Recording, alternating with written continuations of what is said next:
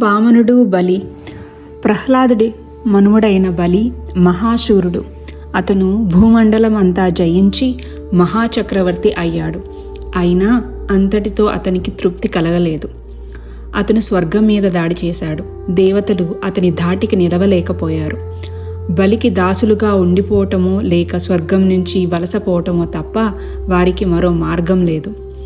దిక్కు తెలియని దేవతలు విష్ణువు వద్దకు వెళ్ళి తమ పరిస్థితి గురించి మొరపెట్టుకున్నారు. బలి మహాబలశాలి అయినప్పటికీ ఉదారుడు, సత్యసంధుడును. ఈ మాట విష్ణువుకు తెలుసు. బలిని ఇతర రాక్షసుల్లాగా ఓడించడం సాధ్యం కాదు.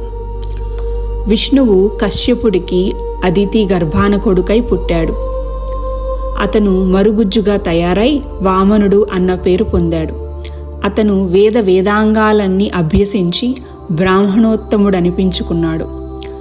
బలి మహాయజ్ఞం చేశాడు. అనేక వందల మంది బ్రాహ్మణులు ఋత్విక్కులుగా పనిచేశారు. ఆ సందర్భంలో బలి ఎవరేది కోరినా ఇస్తానని ప్రకటించాడు. అందరూ బలి నుంచి తాము కోరిన దానాలు పుచ్చుకున్నారు. వామనుడి వంతు వచ్చింది. వామనుడు బలిని 3 అడుగుల స్థలం ఇయ్యమని కోరాడు. బలి సరేనని వామనుడు కోరింది ధారాదత్తం చేయబోయాడు. బలికి గురువైన శుక్రుడు వామనుడు విష్ణువేనని తెలుసుకొని బలిని దూరంగా తీసుకుపోయి వామనుడు కోరిన దానం ఇయ్యవద్దన్నాడు. కానీ బలి ఆడిన మాట తప్పేవాడు కాడు. అందుచేత శుక్రాచార్యుడు చిన్న పురుగు రూపంలో జలపాత్ర కొమ్ముకు అడ్డం పడ్డాడు. పాత్ర నుంచి ధార రాలేదు. కొమ్ములో దర్భతో పొడవమని వామనుడు అనేసరికి బలి అలాగే చేశాడు. శుక్రుడు బయటకు వచ్చి యథారూపం ధరించాడు. కానీ ఆయన కన్ను ఒకటి పోయింది. బలి 3 అడుగుల స్థలం ధారాదత్తం చేయగానే వామనుడు అపారంగా పెరిగిపోయి ఒక పాదంతో భూమిని, ఇంకో పాదంతో ఆకాశాన్ని ఆక్రమించాడు. బలి ఇది చూసి నిర్ఘాంతపోయాడు. వామనుడు బలిని 3వ అడుగు ఎక్కడ పెట్టనని అడిగాడు. బలి తన తల చూపాడు.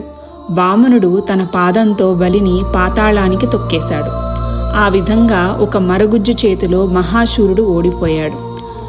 బలి భార్య అయిన వింధ్యావళి తన భర్తకు అన్యాయం చేయవద్దని వామనుణ్ణి ప్రార్థించింది. బలి ఆజ్ఞకు తిరుగు ఉండదని, అతని వాకిలికి తానే స్వయంగా కాపలి ఉంటానని విష్ణువు చెప్పాడు.